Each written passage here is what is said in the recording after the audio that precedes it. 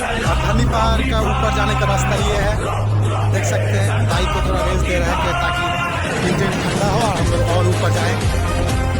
आज इतिहास के पढ़ने में पहली बार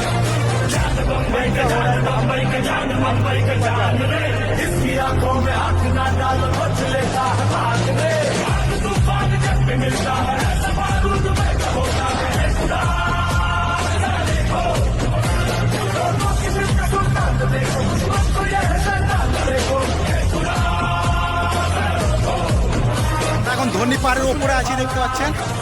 তার কিছুটা হালকা নিচে আমাদের বাইক আছে।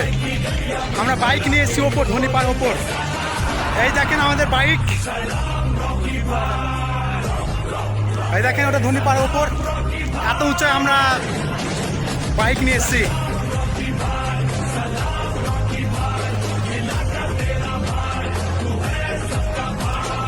सिस्टम फाड़ देंगे।